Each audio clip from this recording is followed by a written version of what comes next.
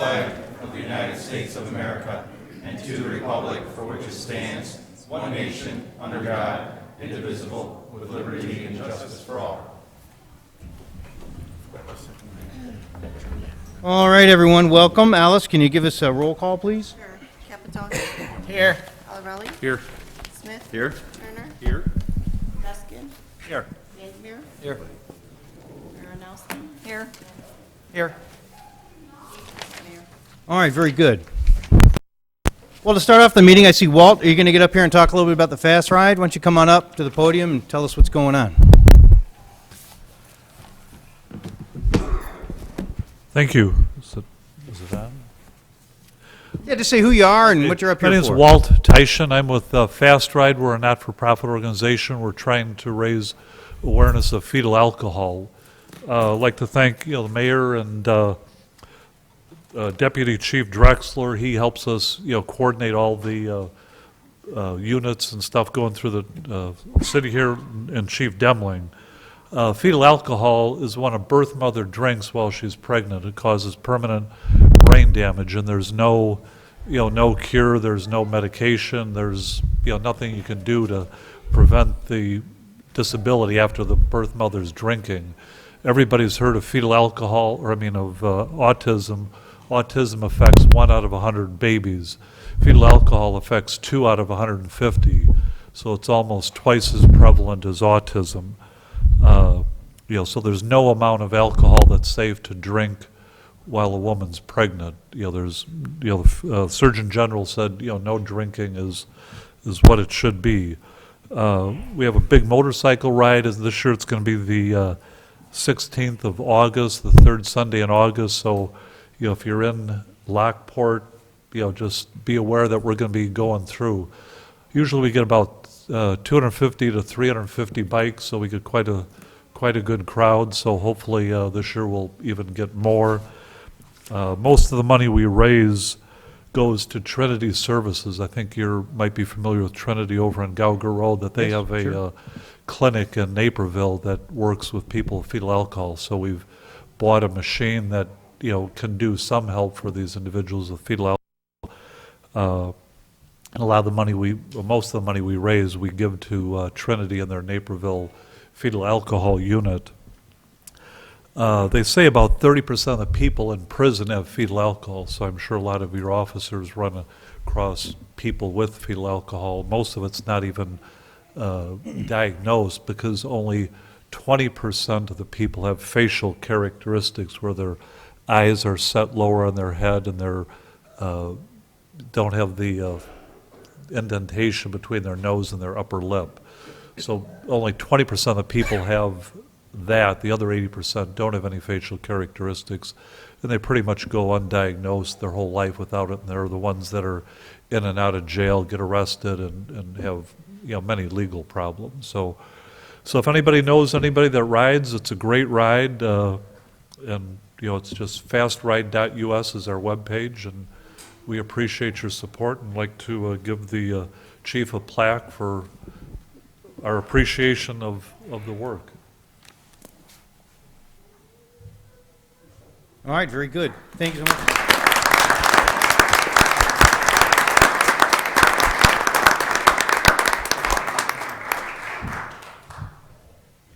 Well, make sure you send me some information on it, whoever your contact was with the city, and maybe we could put a link on the website or something like that. So we'd be happy to do so.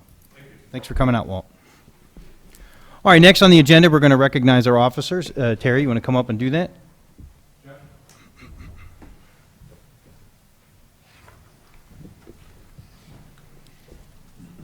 First, I'd like to recognize Officer Jeff Dobke, who's receiving the Meritorious Conduct Award today. I'd like to read what Jeff did.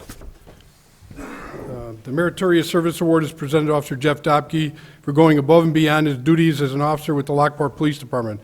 Officer Jeff Dobke, while assigned as a patrol officer, took on additional duties of transitioning the department to a new computer-aided dispatch system, CAD. Officer Dobke was heavily involved in this project from the beginning and remained the point person until the new system was rolled out on November 6th. Officer Dobke coordinated the purchase of new computers for the squad cars and then programmed the computers so that they were compatible with the system. Through his hard work and dedication, Officer Dopke worked through technical issues with the 911 office and trained all officers in the system. Officer Dopke's knowledge and experience was significant in completing this assignment. It was his dedication that stood out. Most of the work completed by Officer Dopke was done at his home on his own time. Officer Dopke was able to complete the CAD assignment while assuming his normal duties, which included training a new officer and being an officer in charge of his shift when the sergeant was off duty. Officer Dopke's performance is an example for others to follow. His dedication and tireless work ethic has earned him the Lockport Police Department Meritorious Service Award, which is this, and he gets a uniform ribbon for his uniform as well. Congratulations, Jeff.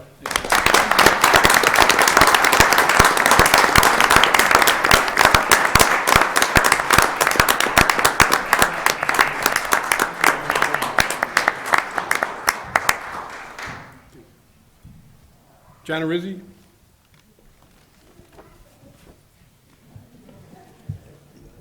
The Meritorious Service Award is presented to Officer John Arizzi for his exceptional performance in a large drug conspiracy case while acting as the Deputy Director of the Metropolitan Area Narcotics Squad, MANS. You listen to this case. In 2010, MANS initiated a 2-year investigation targeting a violent street gang that also Chicago street gang that also operated in the suburbs. Officer Arizzi used numerous investigative techniques in the case, which led to police infiltrating the gang. During the investigation, Officer Arizzi, acting in an undercover capacity, purchased 1 kilogram of heroin from the gang members. The subsequent investigation led to a search warrant being served at a warehouse in Joliet, where 10.5 kilos of cocaine, 4.9 kilos of heroin were seized. Also seized in the case were 23 firearms, including a sawed-off shotgun, $161,000 in cash. Officer Rizzi's prominent role in leading this investigation led to him receiving the Bureau of Alcohol, Tobacco, and Firearms Distinguished Service Medal in Washington, D.C., but he never received anything from us, and that's what we're doing here today.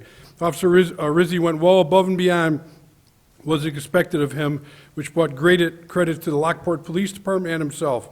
Officer John Arizzi is hereby awarded the Lockport Police Department Meritorious Service Award.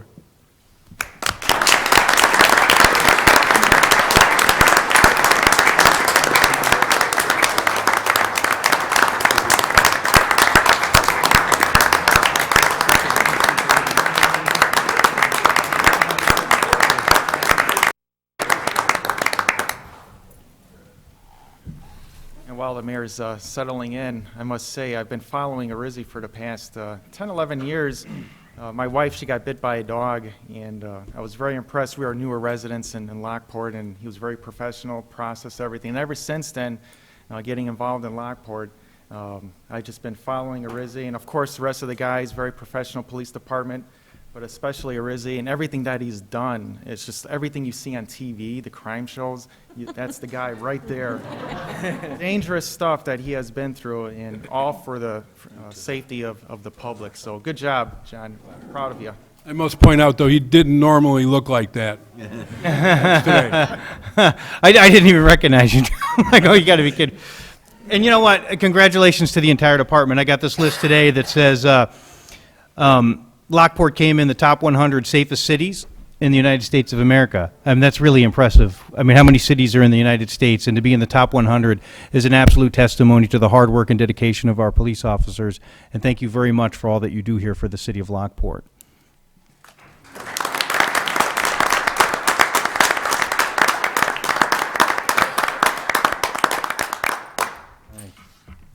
All right, very good. All right, we're going to move on down to our next item on the agenda. We have Rich from Lockport Vacuum. My main man, the guy who fixes my vacuum, my rainbow. Come on up, tell us about yourself, Rich. Hi, I'm Richard Studer. I've been downtown Lockport for 35 years now, fixing and selling vacuum cleaners. We sell also new ones, and we can help you tell you which ones are made better, which ones last longer, and we'll even let you take one home for 3 days and try one and see how you like it. We also specialize in central vacuums or whole house vacuums. We can install them in new homes or existing homes. We sell and fix shampoos, and we even rent a shampooer that uses a dry powder shampoo that it actually cleans better, and your carpet will stay cleaner longer, and it's quicker and easier to do than wet method, to be wet for days. Anyway, thank you, and come see us at Lockport Vacuum. And, you know, Rich, I'll just say, you know, my in-laws have used you for years and years and years, and I've been using you. And, you know, Rich is one of these guys, he's almost too good, because every time I go in there with my rainbow vacuum, he says, you know, you really got to replace this. And I say, yeah, just fix it for now. And he fixes it, and it keeps working. So, you know, you kind of undermine yourself on that one, Rich. But they're very good at what they do, and I'm glad you're here, part of Lockport, for as long as you have been, and we hope you stay for, you know, as long again. So thank you, Rich. Thank you.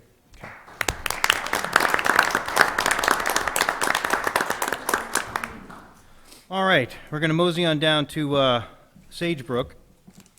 I just want to say a couple things before we get started on this one. First, I want to confirm who's speaking from the public. Are we going to have a number of residents, or are we going to have one person? Looks like I have Jim. You got a couple others? Okay. Okay. Because what we'll do is, if we're not going to have just one speaker represent, then we'll do the 5 minutes that we're supposed to do. A lot of times when I have a single speaker speaking on behalf of a number of residents, I give them, you know, more time allowed. But if we're going to have a couple people speaking, then we'll stick to our 5 minutes on that one. Okay. Just want to get that out of the way. Now, a couple things I want to talk about on this.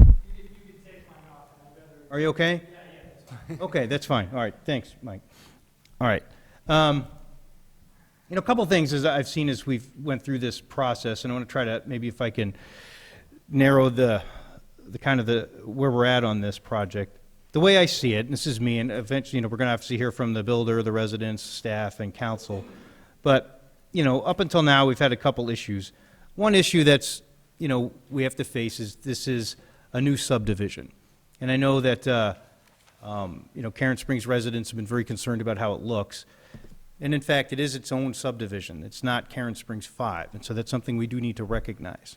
That said, as I mentioned the other day in our State of the City address, when we grow like we're growing now, there are going to be growing pains, and we need to be sensitive to what residents feel and what they think and what their neighbors are going to look like. So that's why we've made sure that we've listened to the concerns, and we've had community meeting now, and we've listened to the residents. So I want you to understand that while we recognize this is its own subdivision, we're also sensitive to what's going on. And up till now, we've heard a couple things. We've heard about a park and its placement. I think everybody understands there's a reason the park district is going to be on the east side. So that was one topic. Another topic had to do with the ponds. There was naturalized, you know, ponds, and we heard what they were all about. And it sounds like the developer has agreed to do a wet pond, but with some natural plantings around it. And there was some talk about some riprap, but apparently that's no longer allowed in our code. Staff can talk about that later. There's some issues maybe with some lot lines and the way sidewalks are going to line up. The developer can talk a little bit about that. There are some sidewalk throughs that are on the south side that are going to remain. I know that for sure. The developer said he would look at maybe some things in final approvals about maybe if there's some other ways to get lot lines to help the better set up. So we're going to listen to a little bit about that. And last thing is about building materials. And I think that this one has been kind of interesting to me. When we first came out here, the developer said he was going to build brick with some vinyl siding and have some key lots that were going to make sure that there was brick on the bottoms with a wrap that kind of mimics some of the things we see in Karen Springs. There was concern about the building materials, so when we talked to him, we asked about hardy board, which is superior to vinyl. He agreed to do all hardy board, but if it went to the fact that they would all be A elevations, which mean full hardy board and no brick, that's a possibility. Do I think that that is a likelihood? No, but is there a possibility that every house in there could be hardy board? Sure, I guess it could. There's no doubt that the developer is going to want to sell the C and D elevations. That's where they make the money. So while we can go either way, because quite frankly, in a lot of ways, it doesn't really matter that much to me. Brick and vinyl is going to be, it's going to be a nice subdivision. These houses are starting at $275. But one thing that I just want to put out there is my only concern is this. while if we insist on brick and vinyl on the key lots, so the people that are bordering Karen Springs will look at buildings across this pond that look similar, and even in the back of the ones that are right next to those lot lines, it may undermine the whole development, because I don't think it's all going to be hardy board. There's no doubt in my mind that he's going to want to sell C and D. So in the end, we probably are going to have a subdivision that's mostly brick and hardy board. Otherwise, we can just, say, hey, you know what, there's a few residents on the edge of this east end is Karen Springs that make sure they want to see brick and vinyl. So that's my only thing I want to put out there, and that's why we're going to talk a little bit more tonight about it, but that's my only concern. I don't want it to undermine the long-term value of this subdivision that could potentially be brick and hardy board. So those are just some of the things that I've seen are the issues, and trying to focus in on those. There's a couple other things I think staff will talk about when it comes to ordinances and annexation agreements and stuff that might also be relevant. So just want to say a couple things first. Ben, you want to go from here? Sure. Thank you, Mayor, and members of the council. I just wanted to remind you that this is a preliminary plan at this stage. We've had several public meeting opportunities with the planning and zoning and the subdivision on the other committee, the whole. The annexation agreement, CA1, is the Sagebrook residential subdivision, formerly known as Karen Springs 5. It's the re-annexation agreement document is what you have in front of you. This will be going back to planning and zoning and certainly coming back to the council for final. So this is all still preliminary approvals at this stage, but for the most part, I think we've had some good input from the community with neighboring residents.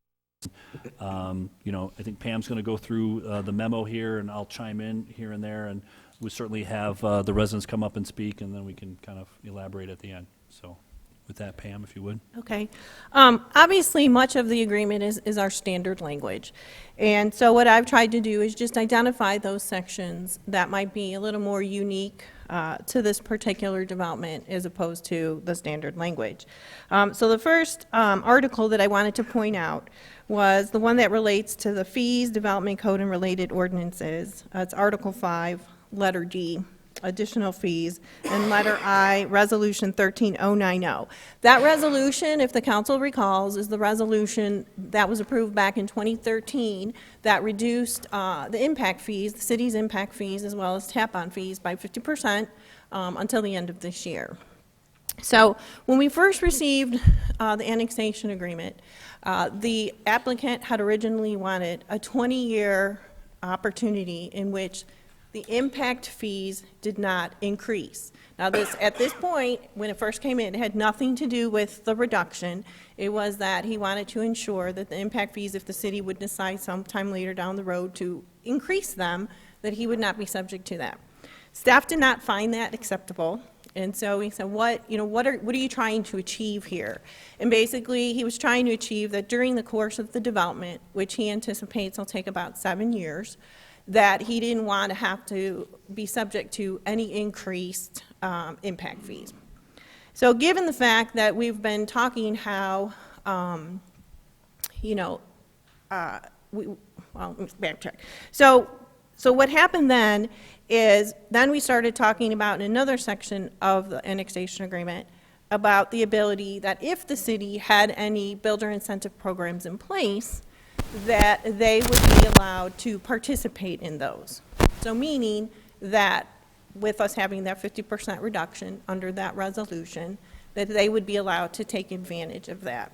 So there were various renditions that went back and forth, and soon it kind of morphed into what you have before you this evening.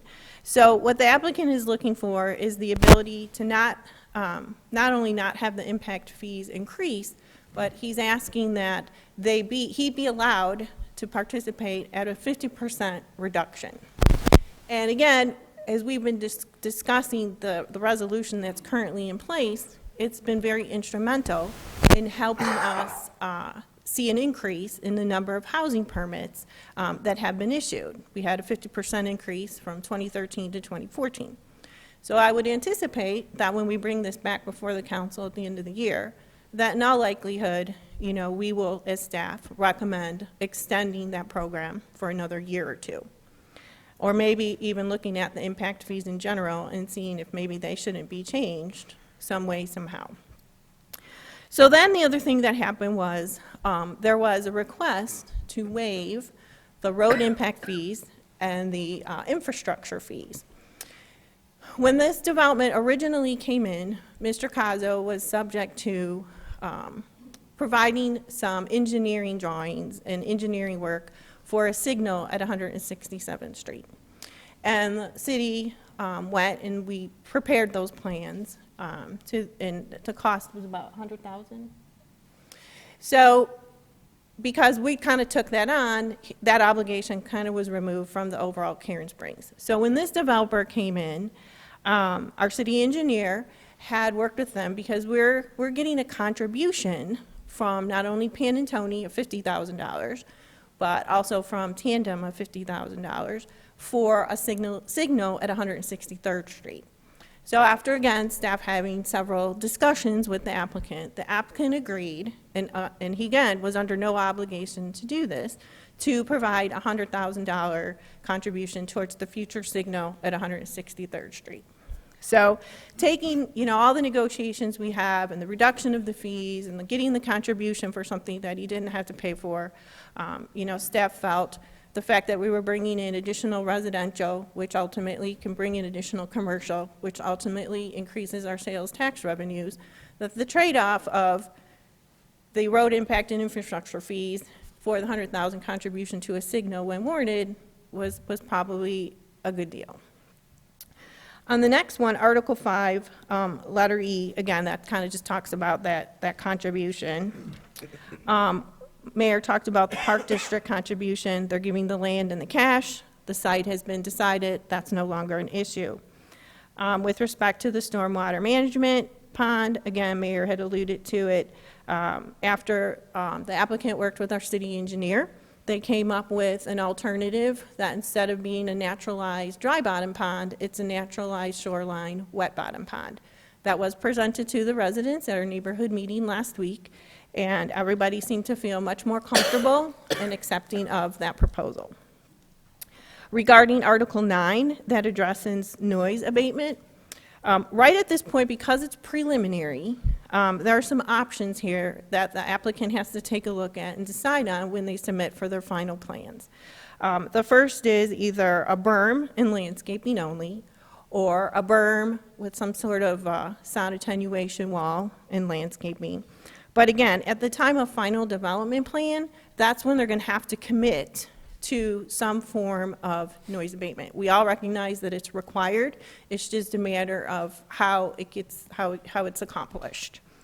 Article 10, which discusses roadways for the townhomes, as we talked about it when we discussed this last meeting, they are asking that the roads within the townhome area be private.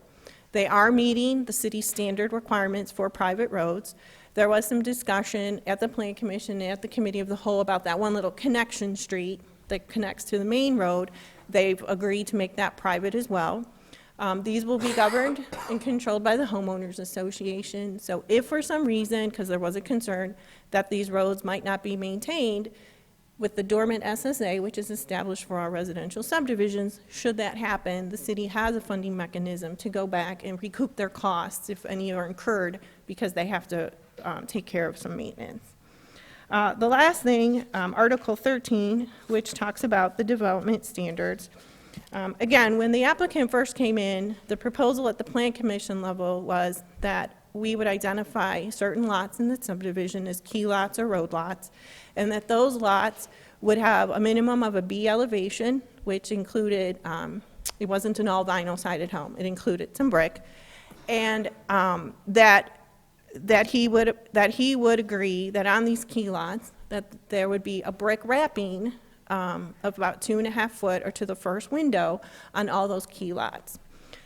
When it was discussed at the Committee of the Whole, the applicant proposed, in lieu of doing that, he would be willing to do hardy board. And as we've discussed on several occasions now, hardy board is definitely an upgraded material. As a matter of fact, it's a good and been a generally acceptable replacement for natural cedar siding, which is beautiful, but for anyone who has it, it's a huge maintenance cost. And so hardy board, which looks like a natural cedar siding, looks and feels like it, but it doesn't have the maintenance cost. So a lot of communities, a lot of developers are opting for that. So according to our zoning ordinance, in which we talk about materials, the Hardy Board falls in line with exactly what we encourage and what we could encourage as a replacement for natural cedar siding. When we talked to the residents at the meeting last week, again, we spent a lot of time discussing the materials, and there's basically two options here. It's the vinyl with the 2.5-foot brick wrap, or it's Hardy Board. Staff is recommending that we go with the Hardy Board because overall, being a natural or a more of an upgrade superior material, it's going to add more value to the subdivision once it's built out and overall. But obviously, the council, would make that decision, but we're just saying we would support the Hardy Board alternative. In addition to that, if the council recalls, when we had the committee of the whole meeting last time, it was directed that we revisit the preliminary development plan, the special use permit, and all the associated plans.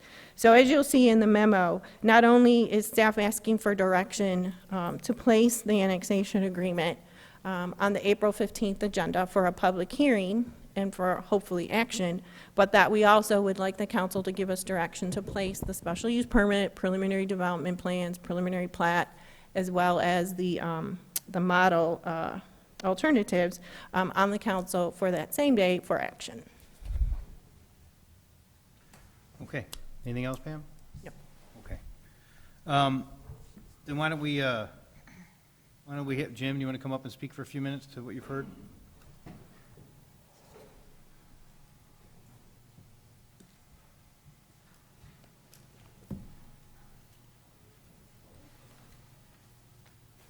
Oh, and also too, we're also asking that the rezoning components be placed on the April 15th agenda for action as well. All right. So does everybody feel clear about the rezoning and all that stuff? You guys okay.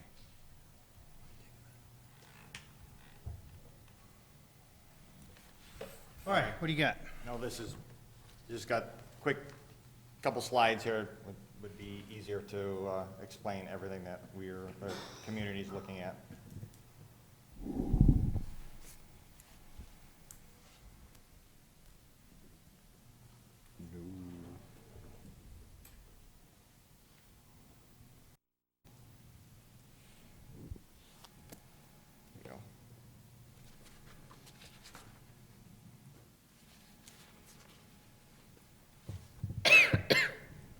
Sorry, hold on one second. Mayor, while we're waiting, maybe if you want me to elaborate a little bit on, the impact fee reduction. If you recall from previous meetings, our fees were about $26,000, and most of the comparative communities in the area were under $20,000, and so that's why we made that a recommendation to lower those. With this agreement and this fee, it brings our fees down from $26,000 to $19,000, which is much more competitive in the Chicagoland area. Thanks. All right. Good evening. I just want to thank everyone for allowing the residents a little bit of time to just I wanted to summarize everything that we've talked about in community meetings. We have an online forum. We've had, everyone meeting in the neighborhood and everything. If I'm talking for you or on behalf of you, can you please raise your hands? But as we're moving forward here, the overall concerns of Karen Springs and the surrounding communities are kind of summarized into these two major points. More good urban planning, if you keep this all in mind as I'm discussing some of these items. Connectivity of the subdivision, continuation of the community as we're moving forward. Sensible transition between building styles, much like we wouldn't put warehouses right next to homes. There is a methodology of transitioning between homes and different types of building styles. And of course, the majority of it is property values. There can be arguments for and arguments against, so we're just saying the inherent look of price differences between homes that are being sold. Concern number one, I'm going to go in the opposite order that the mayor went in, and building materials. As we look at it, the current development asked for concessions from the 2008 annexation agreement. It's a recent annexation agreement where It's attached to the property for 20 years, regardless of the owner selling or anything. I know there's items that we probably need to change, or the city needs to change on there, but if you say that is the level that Mr. Cosmo has brought to us as we bought our homes and saying there's going to be Karen Springs 5 there, this land can be developed to this certain level. The new developer is asking for concessions on home sizes. In terms of ranch houses, ranch house was dictated to be about 2,200 square foot minimum. Two-story house was dictated to be about 2,300 square foot minimum, where the new development is less than that. And that is not a primary concern to us right there. Materials, homes were intended to have first floor brick on the front elevation and 3 foot around, and that is pretty much consistent between all the Karen Springs phases, 1, 2, 3, and 4. Current development also asks for concessions, and that's the next level down, concessions from the current minimum city codes in terms of amount of brick and siding material. We do understand, we've had conversations with Pam and everything, that the 75% is unrealistic, and as an architect, I understand that. But with a first floor full of masonry in the front and then a masonry wrap, seems to be a consistent thing, a level that can be sold in the property. Mr. Cosmo just sold an empty lot and built it with those same standards of the annexation agreement, with those same levels for $415,000 right next to us, within 100 feet of this new property. Second concern was detention ponds. Here's a Karen Springs detention pond. Obviously, aeration, riprap. We're clarifying if the code allows it or not. We've been told that it doesn't allow the riprap. Obviously, I think we've come to an agreement that nobody wants what you see here on the picture with the naturalized ponds, even if it had a little bit of water underneath there, sitting there. So I think we're moving in the right direction with that one. Concern number 3, additional walks. Better access between Karen Springs 3 and 4 and Sagebrook Parks. And then access from Sagebrook to sidewalks along 163rd for anybody who wants to walk in the area, as you can see here, from the subdivision to get to the sidewalks that were currently put up in Karen Springs 3. So there's no real connection to that. And as I was looking at the plan today and putting this together, I actually noticed that there were 2 other areas that we haven't, seems no sidewalks and everything. I know Karen Springs has some over here that connect right next to the farm. So just if there's any plans for that discussion. Concern number 4, lining up lot lines. We understand some of them are hard. We understand that the developer may lose a lot to line up some of these things, and it's more of a, as a whole community feel, what you actually have here. The community is even backed off of saying, well, it's buyer beware if the people in the center here, their lots don't line up, something that, we can back off of. We're thinking it would be a good idea for them. And we know that this is harder to do over here on this side, on Lakeside, but at least maybe we can get some of the homes to line up there on Case. And then number 5, move park. That is not a concern anymore. The community met. We agree with the park district that that's not a concern anymore. That's it. Thank you for your time and at least understanding, and I just want to summarize kind of the community's feel on everything that's here. Okay. Thanks, Jim. Appreciate it. All right. Why don't we have Matt, the developer? You want to come up, say a few things?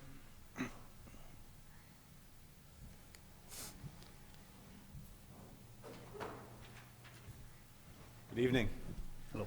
I think, thank you, Pam. I think she did a very thorough job as far as summarizing the proposal. From the beginning, one of the things that we told staff was that, we're excited to be in Lockport. We want to make this development work, and I think we've worked with staff and the neighbors to make certain changes to the plan as we've gone forward to help everything out. Concerns about the ponds, we changed the ponds.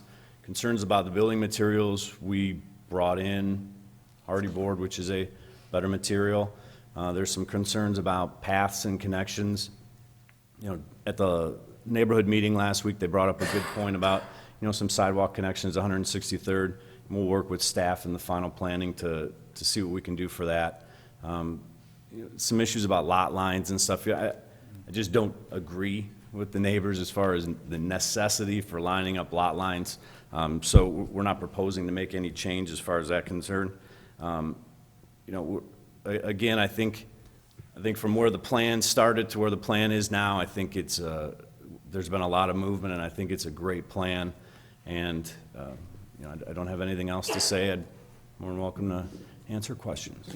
Question for you. Yeah. The entrance to Gauger Road, maybe moving that up a little bit further north, that could accommodate the lot lines lining up between Karen Springs and Sadebrook? Just moving it up just a little bit further north. Maybe that could accomplish that goal that the residents have. Yeah, the access point on Gauger is kind of in the most logical sense. It's not just as easy as moving the access point to move all the lot lines. The reality is you're going to lose lots if we go through the exercise of lining up rear lot lines. And that access point with the detention pond is kind of set to make everything work. So the reality is if you're telling me to line up lot lines, I wouldn't need to move the access point of roads. You would just lose a lot. And when you have lot lines, like back here, I don't know exactly how, I've never been to Jim's house or anything. I don't know what it looks like back there. I mean, are there fences that look all discombobulated, or is it just open grass and there's lot lines, but it's not like they're down there with, you can't see them, obviously. So, I mean, does it really create a feeling that it's all discombobulated? Well, if I can just, Christiana and I went out there, and we looked at, if the council recalls, there was some concern with where the pond was and the fact that out there it was all flooded. So Christiana and I took their little connection back to that Matt's southeast corner of the property, and a lot of the homes have no fences. And the fences that we saw in that particular area are of the aluminum, like wrought iron style fence, which I believe the applicant may have told the council this at the last meeting, but they control the type of fence that their residents are going to be allowed to have through their homeowners association documents. And the type of fence that they're looking at for this development is that aluminum, wrought iron style type fencing of a certain height. So throughout their subdivision, Sagebrook, they will have consistent fencing. And then, you know, depending upon, like I said, a lot of the people out there have no fences, and the ones I recall was that style. Now, they can obviously attest to more of what might in that particular area, but again, the developer will be controlling the type of fencing that will be installed in their development. So probably then the one thing that will visually show that lots are not lined up, which is fencing, at least they'll match. Otherwise, it's just this guy's house might be here instead of here behind me. Is that kind of how it would work? And I think also too, at the last meeting, the developer mentioned that when he gets into the final, or maybe it was at the neighborhood meeting, but when he gets into his final plans, that some of those offsets might be reduced, because as he's looking at his final details, he may have to adjust some things to accommodate whatever, you know, engineering issues are there. Okay. All right, thanks. I'm just trying to understand it. Okay. All right. And then as far as the, can you speak a little bit about the annexation, the 20 years and all that stuff? I mean, it seems to me that when we negotiate with a new like when it was contemplated to put this business park in there, obviously the annexation agreement, when you have a new property owner, the annexation agreement gets changed. What's the status on a 20-year obligation to it? Is that something you need to answer, Tom? Mr. Mayor and members of the City Council, annexation agreements usually have a 20-year lifespan. State statute does control the approval process, but the state statute also allows for amendments during the term of the agreement. So with the recession that hit us all in 2008, it has been a fairly frequent occurrence where cities are going back now and making adjustments in annexation agreements, some to the developer's benefit, some to the nearby residents' benefit, but it is something that is allowed by state statute. When the annexation agreement is reopened and changes are made, the municipality has the authority to have the amended annexation agreement last for another 20-year period. So I believe that's what we've talked about with MI Homes.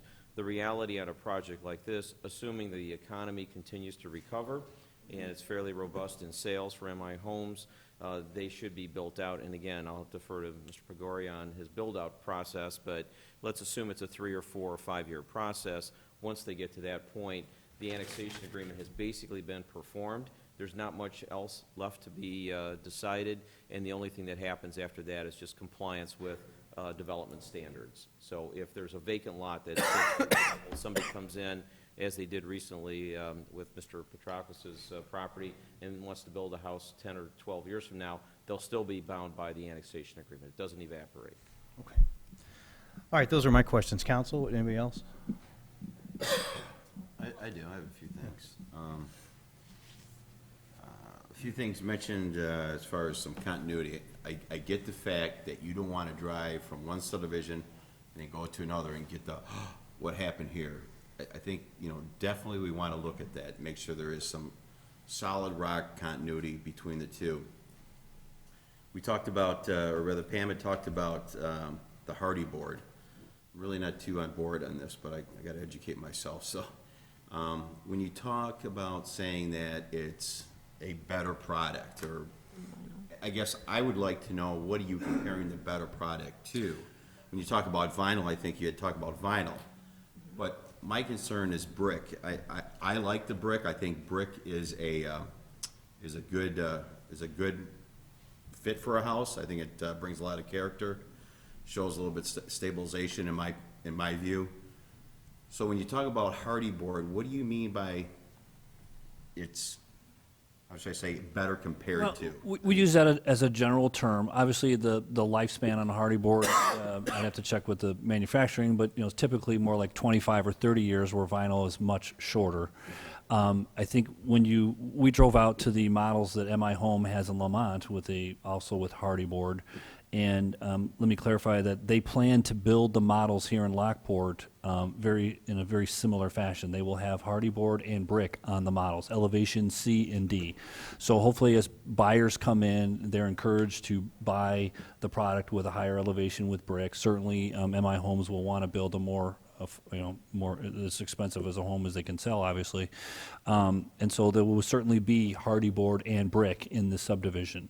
What we have is, if someone wants to come in at an A elevation, they will have all Hardy Board. There will be no brick in the current proposal. But you have to remember, these homes have a lot of nice architectural features with them, especially near the roof lines. And when you pick Hardy Board, you have to remember that when he brought that other piece of wood, the sample, that the windows get an additional build-out, which also adds to an architectural feature that looks nice from the curb appeal. So even though it's all Hardy Board and there's no brick on the A elevation, it still has a very nice home, very nice look, very more upper scale than just a vinyl home look. And so we feel that that's a better, so we're using the term better view to the community, that these homes will look better in 20 years from now, 10 years from now than they would if they were just A elevation vinyl. We're obviously hopeful that more homes will be built with brick and Hardy Board. We can't guarantee that. The petitioner is not at this stage offering to have brick guaranteed with key lots, and so that's basically the choice that's going on here. It would be vinyl with brick guaranteed in certain key lots, and then obviously we want the marketplace to dictate and the homeowner to dictate how much brick they want to put on their home in the subdivision. So again, having those models built with Hardy Board and brick, and then having the non-monotony clause available where they won't be able to have A elevations all down the road. I know that's a fear, but we are trying to put things in place that will not allow that to occur. The second part, going back to Article 9 and noise abatement, there's a lot of verbiage in there to me that if it's not written on who's maintaining all of that, could be leaving a question later on for many years to come. So I think with that Article 9, noise abatement, I think we need to have clear direction on who's maintaining all of that once it's in place. Okay. And just to clarify, the entire outlot that'll have that noise abatement will be maintained by the homeowners association. Even the section of that outlot that crosses through the park site, we have a landscaped easement, so our homeowners association will maintain that entire outlot in perpetuity. Just so there's clear, I think staff knows how I feel about stuff that is put in and then there's no plan for maintenance or something like that. So I want to make sure all that stuff Yeah, we will ask, when he submits his final plans, we will ask for a copy of their draft homeowners association documents, and what we will verify is two things. One, that the common area elements are identified and clear that HOA is responsible, and also just to make sure that they're not allowing anything in their subdivision that would be less than what our standards would be. For example, you know, if we said that the maximum height on a fence was 5 feet, and they're saying in their subdivision it would be 6 feet, we would have to say, no, you can't do that because our code says 5, that's what we'd have to issue a permit on. So it's just those kind of details that we would just check to make sure we were in line with. Okay, I appreciate that. Final thing, I would like to thank the staff for their hard work in this subdivision. I know there's a lot of behind the scenes that goes on, so thanks again for your hard work in this. I just have one thing. When you talk about no vinyl siding at all, how about the part underneath? That can still be vinyl, correct? What is that, they call that soft? Yeah, the, soffit? Oh, the soffit? yeah, the homes are proposed to have the hardy siding, and it'll be aluminum fascia and vinyl soffit. Okay. You know, to tell you the truth, I don't have that big of a problem with vinyl siding. I mean, my subdivision was built in 1891, and so quite a few of the homes have been vinyl sided, and to tell you the truth, they look pretty good. So, and our lot lines don't really match up either. So. I think I have every kind of siding on my house. It's layered over other sidings, yeah. That's my living room. Yeah. Hey, Matt, do me a favor, what's the price of the A elevation, B, I mean, is there basically a solid price for A, B, C, D? It'll vary depending on the different home. Like, just general, can you give me a general? Like, You what's could- the A? The lowest house you have is an A elevation would be? Yeah, you could have a difference anywhere from, you know, 3 to 12 grand from an A to a B to a C to a D to an E. It just depends on the home. But the lowest price point on an A is what? 279? Okay, so they starting at 279 for an A elevation. But if I wanted to jump to a B, can you just give me a general idea? Is that Like I like said, you may have to add 5 or 6 grand. so 5 or 6 automatically. grand to a B? So maybe about 10 grand difference each time? Could be. Like, I'm just trying to think, like, as you're trying to, I mean, I get the idea, like, the fear that, oh my gosh, if you allow all hardy board, we're gonna have a subdivision of A elevations. And so, We don't make our jumps in elevations so dramatic that someone doesn't want to choose that different elevation. So, you know, you may only have to pay, say, $5,000 to go from an A to a B. All of a sudden, that B elevation, you get a masonry element on it. As you get to maybe a D to an E, the price may jump a little bit more because you're not only changing materials, you're changing gables and you're changing architectural elements that cost more. So the house, there's different jumps per A, B, C. okay. What do you guys plan, or what do you typically see, you know, what percent would be an A elevation? I mean, the majority of the time, we are building what we model. And, you know, do you have A elevations? Yeah, you will. And you'll have Bs and Cs and Ds and Es. And then, you know, we see that it's a fairly, you know, it's split. It's not, you know, 80% As. You know, As and Bs tend to be probably the lower percentage. And As and Bs, and then your highest end, we usually kind of see the C elevation as kind of your average. Okay. Just another question. Does a B elevation have a brick skirt on the bottom? In the front, yes. Not in the back? That's probably a C elevation? With the hardy board proposal, there is no side or rear brick at all. Okay. So every house has hardy board around 3 Yes. sides? Yep.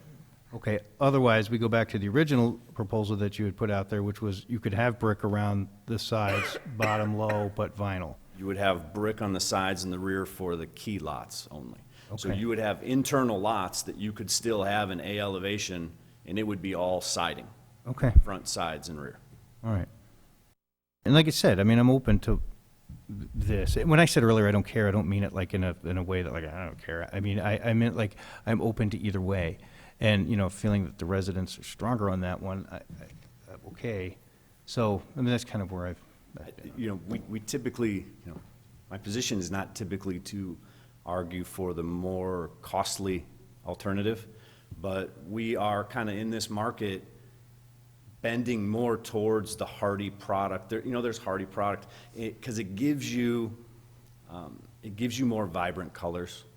And aesthetically, the subdivision looks a little better at the end of the day. So, you have either alternative to choose from. As far as, property values and costing of the homes, if you take a home on a key lot that's vinyl and brick, it's going to be the same cost pretty much as if that house was all hardy. And if you take an internal lot in A elevation and you say, all right, this A elevation is going to be all siding, and this home, the A elevation is going to be all hardy, that house with all hardy is probably going to be close to $7,500 more right off the bat, just because of the material. So if you're looking for the more expensive alternative and something that I think probably makes the community look a little better at the end, I do think that hardy is a good choice for here. But Can you paint hardy board? yes. Okay, now, in the HOA, are there agreements if somebody's gonna put a hot pink house in? I mean, after 5 years, they wanna paint it? I mean, how does that work? Is that an HOA thing? Yes. Okay. Do you guys just all do tan and tan? No, and that's the best thing about hardy. If you go to our subdivision in Lamont, one of the models is, it's a really dark blue color. And, it looks great. So hardy gives you a little more options as far as your color package. Okay. Okay, counsel, please. I have a question on, first of all, the impact fees. They went from 26,000 to 19, correct? That's not Roughly. 50%. That's just- So I'm, Well, you have to remember, some of those were already discounted in the past from Frank Hiller and some of his work, so that's a general term, but, yeah. okay, so they would be 19. Well, and it's also too, the example is if, on a 3,000 square foot home. So if you built a 3,000 square foot home, say in Lamont, the impact fees are $16,000. And this is from Matt, his experience. Whereas if you would build a 3,000 square foot home here in Lockport, taking into consideration the reduction, it brings it down to about 19,000. So we're still, a little bit higher. I mean, obviously, we would do some research on the other So would it be communities. lower if it's a smaller home? Like the Well- 1,800? Well, of course. Oh, okay. Because it's, yes. Okay. Well, no, actually it wouldn't, because our single family is at one rate, and then our townhomes are another for tap-on. So, no, it would be the same. So it doesn't matter what size? No, that's correct. Okay. Any other questions? Yeah, Oh, yeah, please. yeah, I did want to talk about the park. Sorry. Just to take the opportunity to speak to what Matt was actually saying about what the community's feelings are about the brick and the masonry and the vinyl. In the two prevailing theories, if you take that step back. The first theory is annexation agreement would be great. The bigger homes, all the masonry, those requirements, the code, that'd be perfect.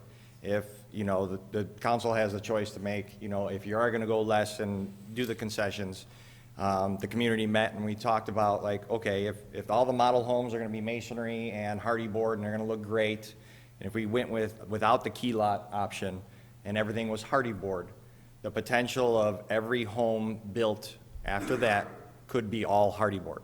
No matter, they could all be A elevations, and the anti-monotony clause is only between models. So it could be all different models and only separated by a different model. So every other model can be the same, all hardy board. So essentially 95% of all the homes that are there can be all hardy board. Hedging your bets, everyone says, no, it's not gonna happen, you're gonna build more and build nicer and everything like that. So as a community, we said, then it's probably better if we follow that theory to just say, let's go back to the key lots. Let's go back to, if it has to be vinyl on top, and that's the board's wishes, and we're negotiating and working with the developer, that's more of Karen Springs 2 level homes, Karen Springs 1, that's right next door, those make sense on some of those, but at least we're having masonry, and then you're building up from there. So as people are buying homes, they're saying, well, these are, key lots are masonry, let's start adding more masonry, let's start increasing that. So I think in the end, it's an easier transition, and it helps the community as getting a lot more of those homes. That is the theory between why the community is saying key lots, if we have to, key lots is probably the way to go. And then the other option, what Mr. Vandermeer was saying, like what percentage would you have A lots or A type? if there is a percentage, so we don't have the fear that the key lots have masonry, the model homes are really nice and they're C, Ds, and Es, or whatever it is, and then the rest are all As. You know, if the prevailing theory is that you're only sell 10% are gonna be As, can we limit that to 10% are As, or all hardy, or all siding boards, or houses, i.e.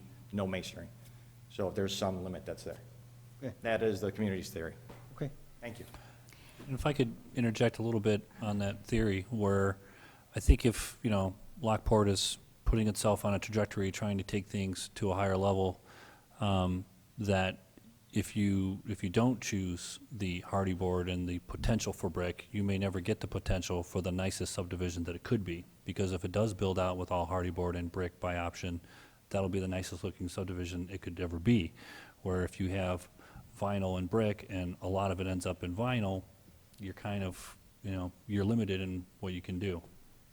But that's just, No, I get it. That's, like I said in the beginning, that's the dilemma that we have to deal with, so, okay. All right, first of all, can you, and would you be willing on those key lots to only build B elevations or above there, B or Cs there? I don't see the need to limit this development any more than we already have. Okay. And going to hardy, I think I think was a good solution to that problem. Okay, now with the hardy board, it's various colors, right?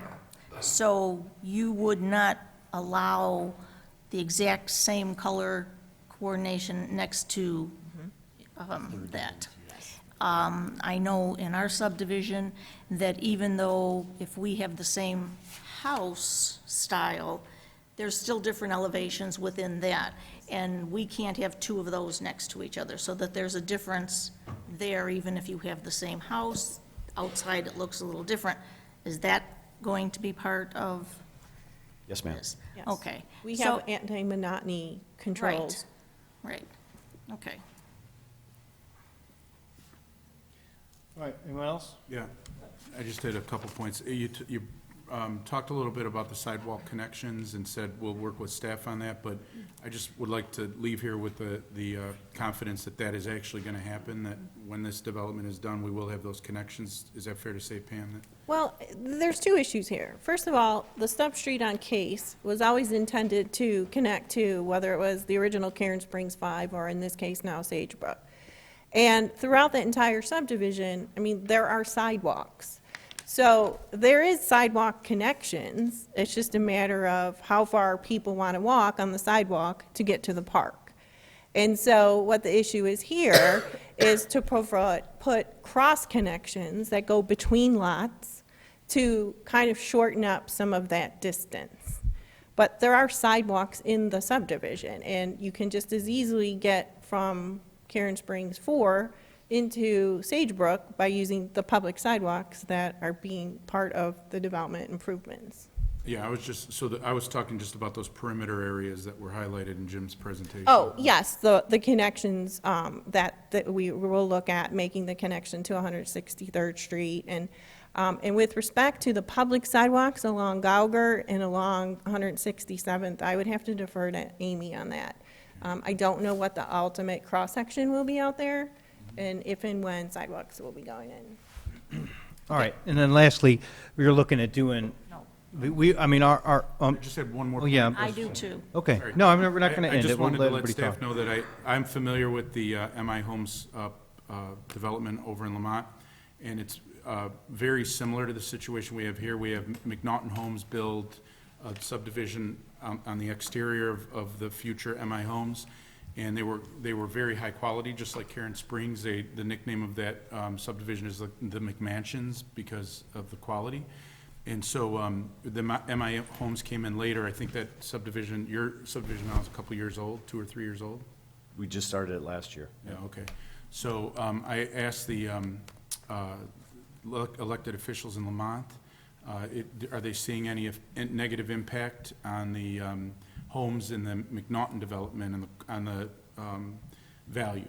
Because I know that that's a concern of the residents. Is this Sagebrook going to affect the value of their homes right now? And the word I got from the elected officials in Lamont is it absolutely is not. It's a nice compliment, and they're still selling, they're recovering as everybody is for the prices of homes, but that is on an upward trajectory, and the new MI Homes development in that area has not negatively impacted the ones in Lamont. Sorry, that's all I wanted to. Denise, what? I have a concern about the park because it's backing up to Gauger Road. And I think that there should be a fence around the park to keep children from running out. Now, I know I spoke a little bit to Ben, and he said, well, we could make, big high berms. I don't even know about that because, kids manage to do anything, so that's all, it's just about where it's going, butting up to. Okay. I think we have a, If I could also address that. First of all, the developer in this case, or the developer, is not designing the park site. right. So the agreement that my understanding is that in this case, the park district's taking the land and the cash. And what they will do as soon as they get the land, is they will start making park designs. And then when they get the cash, they will work on making those improvements. So what we can do is, we can convey to the district that there is some concern about how to protect the children from the traffic on Gauger Road, which I'm happy to convey that to Sue. Right. So that when they are designing the park, they can take Keep that that in into mind. consideration. Absolutely. Thank you. Just to add to that real quick, just to show you. This is the park site here. The majority of that park site actually backs to the 355 right away. And along this section, there already is a 6-foot chain Okay. link fence. So this little section that backs to Gauger, if you're familiar with this area, this is kind of the ramp area here. So Yeah. Gauger's way up I think the safety concerns have Okay. to minimize that. But we'll still convey to the district that there were some concerns about that. Okay. And then just to clarify, Matt, our lower tap-on fee, you're looking at, you're asked, because my strategy on lowering the tap-on fee wasn't that I just want to be nice to builders. It's like, it was about getting some housing starts so that we could attract the retail. So it's not necessarily about, that's the strategy. It's not to fill up Lockport with homes, it's to crack this retail nut that's difficult. So, it's not my intention to keep it forever, so that's the last thing that we need to make sure we're in agreement with, because it's set to expire when? Then November, December this year. Okay, so, Our goal in the fee reduction is just to not have the first handful of homes have a lower fee, and then all of a sudden in November, you decide not to further reduce it, and now all of a sudden, I have, those next set of homes have a higher fee amount. It kind of throws things off. so just let me understand this, you said further reduce it, keeping it, your goal is to keep it at where it's at now? Yes, where you have it right now, I'm hoping to have that for the life cycle of this Right. project. Okay. All right. Okay, just wanted that clarified in my head, what you're looking for. Okay. So Mayor and Council, we're looking for direction to place this on the April 15th City Council agenda. This would include a special use permit and residential plan unit development, rezoning of portion of existing R2 to R1, rezoning of existing O2 general office to C2 community commercial to R1 single-family residential, preliminary subdivision plat and preliminary site plan preparation, landscape plan prepared, and then to hold a public hearing on the annexation agreement at 7 o'clock on April 15th as well, before the meeting would be voted on and passed. I have one request, Matt. I'd like you to price out those, probably about 16 lots that back up to Karen Springs. Just price them out as if you had a brick skirt in the back. Yeah, just price it out for me. I want to know what that costs.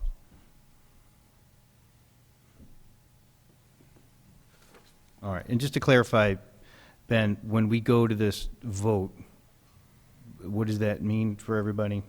This isn't like he's building, still has to go back to planning and zoning? Yes, again, this is a preliminary plan. It would go back to, there is no planning and zoning meeting this month. It would be in May. We would look for a vote on April 15th on this, annexation agreement, and then it would go back to, once they get their engineering done, it would go back to planning and zoning, come back to council again for final again. So we still have other public meetings. Okay. All right. Put it on for an action item then? Okay. No, we have to have the public hearing, and We would have that first, yeah, it'd be on the agenda. If I can just, not to belabor this issue, but, I mean, part of putting the annexation agreement on them for the public hearing, the one issue in the agreement that hasn't been fully addressed is the materials section.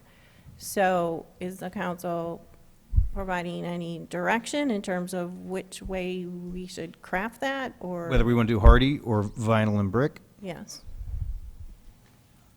Me personally, I'm partial to the hardy board. I want to know what it would cost to put brick skirts on the back of these 16 key lots. Maybe we can negotiate as we're trying to figure out keeping these tap-on fees for a longer time than I wanted to. That's just what I'm thinking in my head, so we can talk. But that's just me. I'm more partial to a development that could possibly have brick and hardy board throughout, because I truly see people buying, you know, BCs and Ds. But that's just my feeling at the moment. We got a couple weeks here to contemplate it, so I don't know, what's everybody else thinking? I'm with the Hardy Board. Okay, I'm ambivalent. okay. You guys have any thoughts over there, or you just, okay? Yeah, I like the Hardy as well, and like you, I'd like to see what the cost is, because maybe there's something that Okay. can be worked out there. Okay, So we'll craft it with the hardy, and then we'll leave the open part as to whether or not those certain lots would have the brick. yeah, I mean, that's just what I'm partial to at the moment, so, okay. Thank you. All right, thanks, Matt. All right, everybody, thanks for your patience, residents. Okay. All right, let's move on down. CA2, Mayor, this is the amended, restated annexation agreement for Steeplechase, site number 6, Business Campus, also known, hopefully going to be known as 355 Corporate Center. Pardon me, let me find the... This is obviously what we call a restated annexation agreement. We've got the draft in front of you, and we had some changes still being negotiated out. I did email out another copy to you the other day. We'll certainly have the final for you for your recommendation on the April 15th agenda. I just wanted to highlight a few things that we had talked about that had come up at the committee of the whole in the past, and some planning and zoning comments. I listed them in the memo. I'm just going to start with number 1, Article 5. This is the required improvements on Gauger Road. They are providing land and right-of-way to create a turn lane there. On the Article 5, letter D, other 163rd Street improvements. That's a $50,000 contribution towards the signal. And I wanted to bring up that the reason we asked for this certain dollar amount is that signals are grant eligible on an 80/20. We've done this at the city before, and typically we work with Amy that the signals are about $1 million. So we've said that we would need $200,000 for the signal. We felt sharing that burden with Sagebrook, which is adding cars to the road, the corporate center, and then the other corporate center tandem, that we would get $50,000, and $100,000, and put that into escrow until it was needed, because the light probably won't be warranted for several years anyway. Article 5, letter E, is the pedestrian bike path. Originally, we had talked about, numbers as high as $80,000 or $90,000 that we were going to get, but when they went out to bid, the cost they were able to subject was about $66,000, so we're still getting the cash equivalent. We're going to get $66,000 in this annexation agreement towards a future bike path that we can use somewhere else in town. Article 5, letter F, is the utility improvements. They will be required to extend water and sewer to the edges of their property lines, just like we do with every other annexation agreement. Article 5, letter H, is the recapture opportunity. This is providing opportunities to recapture expenses for bringing those utilities and impacts to the development, and they'll be able to recoup that from future development in the area that would need to tap onto those. And then Article 7, we also put in some language about grading and the stockpiling that Brian had mentioned and had concerns about, that we would be able to have them pull some of the bond money to take care of that if we deemed it necessary after that time period. Pam, I don't know if you had anything else you want me to mention? No, but, well, yeah, similar to what we just discussed with the Sagebrook, this is not only just for direction on the annexation agreement to be allowed to conduct the public hearing at the next meeting, but also to place on that same agenda for action the amendment to special use permit for planned office development, the preliminary final site plan, the plat of subdivision for Lot 1 and 2, final building elevations for Lot 1 and 2, the landscape plan, and the photometric plan, and then subject to certain conditions. So we would just also like direction to place that on the same agenda. Russ Whitaker, the attorney for the petitioner, is here and available for any questions, but we feel pretty confident and we've shaken this one out pretty good. All right, thoughts, concerns, questions? I'm fine. Okay.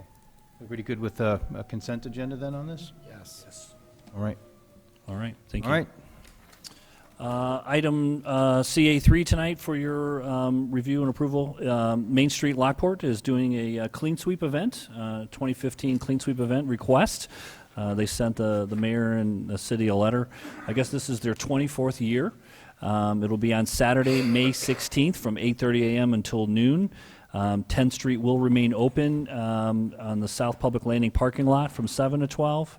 The city of Lockport will be providing some dumpsters, some mulch, providing some city workers. A lot of volunteers in the downtown come out, not only the business community, but also regular Lockport employees come out to volunteer. They've requesting $1,500, which we have budgeted for, and they have always asked for $1,500. Actually, technically, they asked for a little extra this year, but we didn't have it budgeted, so we said we would potentially discuss that at a future date in a budget hearing for 2016. So we're recommending the budgeted amount of $1,500 for plantings. We also cover the $600 where we get the geraniums from the high school for some of the other downtown boxes. And we've attached a letter of request, and we're just looking for your permission to go ahead and do this. Any thoughts or comments on this? Consent? Put it All on right, consent. yeah, consent is Those who good. have never had done this, this is a great opportunity to meet people in your community. Also a lot of fun, too, so. Yeah, it's one of those things that, makes you proud to live in Lockport. I mean, you don't get people gathering together to go clean up a Jewel parking lot, but they do it for the downtown because they love it. So, very good. All right, is that everything? I think that's all I have for you this evening. Okay. Any new business out there? All right. A motion to adjourn? So moved. Second. Alderman Turner, seconded by Alderman Paretto. All in favor? Aye. Okay. Guys, need a break, or you want to jump right in? Let's get it done. This long, arduous city council meeting we have in front of us? Yeah. 5 Okay. minutes. All right, want to just do a quick roll call again? Capadona. Here. Colorelli. Here. Smith. Here. Turner. Here. Deskin. Here. Vandermeer. Here. Marinowski. Here. Beretta. Here. Be present. Okay. Ba-da-bum. Can I have a motion to have a consent So agenda? moved. Second. Alderman Turner, seconded by Alderman Smith. All in favor? Aye. All right. To make a motion to pull the meeting minutes from March 18th. Yeah. Because the committee of the whole minutes did not give much of a accounting of what was discussed about the Vols building, and we've always have some of the comments that are made by the city council, and the rest of the minutes are pretty much like they usually are. So I would like to just have those amended with something in there. Yeah, I don't have a problem with that. Were you clear with Donna or Alice what exactly you want in there? Do they know exactly what it Well, is? they'll go Because we don't through do verbatim. No, but they know what to do. I mean, they listen to the tape, but there was just nothing. Yeah, and if you notice, there is a pattern as to the way that Donna does all the minutes. She tends to just pretty much basically put the subject unless a memo comes with it, and sometimes she'll put a memo. And that's just copy and paste, and a lot of times she does not put the comments, so that, because if we were to put the comments for every item that we discussed, every question, every comment, it would take her forever, because it almost takes her a whole week just to They finish. always have some of the discussion that was in there, that was with that particular item. Some of the discussion is mentioned, what was discussed, what were concerns. Well, as you look back, some of them are not, and it's hard to actually pick and choose, but that's why a lot of times it is just basically the subject, the roll call, and the, how the vote was taken, for that reason. Because then, if I were just to put your comments in, that means I would have to put in his comments, Darren's everyone else's comments, so that's why she does the minutes the way she does. Well, yeah, I mean, the way I see this issue, Alice, if it's possible, if there's something specifically that Denise would like to see in here. Right, If so it's possible to just let do us it for know. this. Well, just, yeah. Because you're general right, to do it highlights for of every what was meeting said is to just, do. it's Yeah. too much. But there's something specific, so that's The entire fine. comments of, it seemed, like, when people get up and speak, that's all in there, rather than just saying so-and-so got up to speak on, an issue. So this is also an issue. This is in committee of the whole where a discussion is supposed to take place. Okay, so do you just want for the entire votes want- discussion, just your comments? Or do you want, I don't know how the council feels, do we want to include Also, everyone else's Can we comments? just approve what we have here and then just do an addendum that she can be happy with and then? Yeah, I mean, that's the way I'm looking I at it. recall that as being a very lengthy conversation. Yeah, I If it's just- something that Denise, that you said specifically that you No, want I in there. don't want it verbatim. I just want it pointed out, that there was a discussion and a concern about, the liability issue or whatever. And I know it's been resolved, and that's wonderful. I am thrilled I that mean, that's just- all So one resolved. summary just about that, a discussion on liability, and maybe that'll end it. And it's also possible just to make a note in there that says, these things are available online. You can watch the meeting actually happen. Maybe that's something that makes people feel comfortable if they ever want to go to these meeting minutes and look it up and see what Yeah, people but see, the said. meeting minutes online are exactly the same as what we have. The only way to Watch see the anything video. else was to go to the Yeah, there's a link to, on our website, there's a link to the documents, and then there's a link to the minutes, which are also abbreviated, and then there's a link to the full video that you can, it takes you to YouTube, I didn't think. see, the only link to the video was because you sent me that. I didn't see that on. It's on there. You gotta go down to the bottom, yeah. It's, Okay. they're not all necessarily there right away, but we try to get them up as soon as we can. Okay. But So the we'll one pull on the this 18th off. is there. We'll do an addendum, and then, is everybody comfortable with that? Bring it back next week, or 2 weeks. Yeah, that's fine. We can do it that way. Just on the committee of the whole. Sure. All right. So as far as the rest of the items, I'm going to read the, so we're approving the city council meeting minutes, but not committee of the whole. Those are ones we're taking off, correct? Right. Okay. So we're going to approve the city council meeting minutes from March 18th. We are going to, asking for approval of the payroll period ending March 15th, approval of the bills, and the intergovernmental agreement with Lockport High School, which is Resolution 15024 with the officer, and 1524A, the intergovernmental agreement. I'll make that motion. Okay. Second. That's Alderman Smith, seconded by Alderman Turner. All in favor? Aye. All right. Mayor's memo. Is Mr. Miller out there? I don't have my glasses on. He's not. Oh, he couldn't make it today? All right. But we are reappointing him. He was here last week, I think, or the last meeting. I'll make the motion. Second. All right. Alderman Smith, seconded by Alderman Colorelli, or did I get that flip-flopped? All right. The other way around, sorry. So it was Colorelli Mhm. and then Smith. Thank you. All right, all in favor? Aye. Okay, thanks. We good to go then? We Motion to adjourn? I actually did want to make Yeah. a business. Yeah, please. I totally missed it last time. So it's just a comment, more of thanks than a comment. But, regardless of what happens up here, Mayor, you mentioned that, things like downtown Lockport make it a unique place. Like I said, regardless of what happens up here, I went to 2 events in the last 2 weeks. One was just an Easter egg hunt in our neighborhood, and the other one was like kind of a last-minute 5K that Victoria Crossing did because some people didn't make it down to the Shamrock Shuffle. And, it was both well-attended, both fun, but I think the special thing about both was the police engagement. I think Victoria Crossing 5K was planned in about 2 weeks. I mean, it was literally like just kind of thrown together. And the weather was terrible. There were going to be like 80 people there, and I think there were only 20 or something like that. It was a pretty rough morning. But EMA came out to let the people cross Cedar Road, and they watched that. We had police officers actually go on the route just to make sure everything was okay as people were running. And the Easter egg hunt, police officers came out, Citgo came out, and again, I think that was probably on 2 weeks' notice, something like that. And so, I think that's part of what makes the community special. Like I said, we do our thing up here, but irrelevant to that, there's special things going on in the community, and the police really do a lot in the outreach. And I know that's something that the chief has kind of mentioned was a focus of his. That's one of the many reasons of getting Citgo. It's just two little things in the last 2 weeks that just little Facebook invites that all of a sudden get a neighborhood together, and the police are really doing an excellent job of bringing the community together. So I just wanted to thank the police and note that that's kind of the special thing about Lockport outside of the standard Chicago suburb, and I think that's great. Here, did you ride in the golf cart with the bullhorn like my cross-country coach used to do? Did you find any eggs? I found a couple. My son didn't really appreciate me going for the eggs before Hey, him. you grabbed them just before he the does, 2-year-olds yeah. aren't really that patient, so he ended up walking away with most of the treats. But there were hundreds of eggs all over the place. They're hard not to find them. All right, very good. All right, anything else, or we have a motion to adjourn? Have a motion. All right. Second it. Seconded by, okay. All in favor? Aye.